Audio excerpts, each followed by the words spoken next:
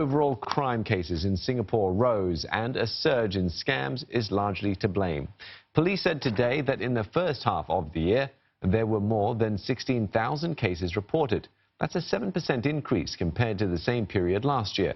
Technology-enabled scams made up 80% of the top 10 scam cases reported in the first half of this year.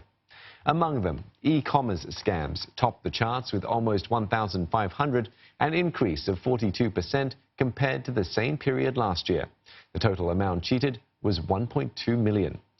Loan scams, usually carried out through WhatsApp and other messaging platforms, recorded the second highest at almost 700 cases, more than doubling from about 300 in the first half of last year. Cases of credit for sex scams also more than doubled, with a total of $1.1 million cheated. But as Faraz Juraimi reports, police have set up a dedicated unit to deal with the scourge. Johnny, as he wanted to be called, paid $1,000 for a staycation deal on online marketplace Carousel in April. He didn't think twice about it as he had used the platform before. I actually proceeded to book the room because of that positive experience previously. And also because I was thinking, I'm going to transfer it to a bank account, so I thought, there was this paper trail and everything should be quite safe. But he was later told the dates he wanted were unavailable. A refund was promised, but it never came. The spike in such scams was why the Anti-Scam Centre came about. For the first 2 months of its setup, it has received a total of 1,047 reports, where victims suffered a total loss of 2.4 million. A total of 815 bank accounts were frozen, and 35% of the total amount scammed, which was around 840,000, had been recovered. The centre is tackling the scourge on 3 platforms. First, it's worked with major local banks like DBS, OCBC and UOB to freeze bank accounts within a few days in order to quickly stop fund transfers. The process used to take 2 weeks. DBS will also station 1 employee at the centre.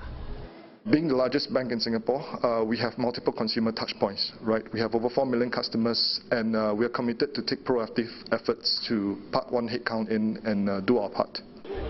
Second, the police have worked with telcos to swiftly terminate mobile lines used by scammers to disrupt their operations. Finally, the centre is also ramping up anti-scam efforts on digital platforms. An example was a measure by Carousel that allows users to tap into My Info, which is a government-developed service to verify user profiles. This can foil scammers who create multiple fake accounts under various monikers. Over half of e-commerce scams in the first half of the year took place on Carousel, usually through hotel room bookings and concert ticket sales. We have about 22,000, 23,000 people who've already verified the identity since end of June. And our data has shown that the sellers with verification, SingPass verification, they do have more chats than sellers without the My Info verification. She added that the company also works with the Commercial Affairs Department in marketing campaigns as part of its outreach efforts. Outrage of modesty remains a key concern. More than 800 were reported in the first half of this year, an increase of 5% from the same period last year. Those that happened in malls rose by almost a third, but molest cases on public transport dropped almost a tenth to about 120 cases.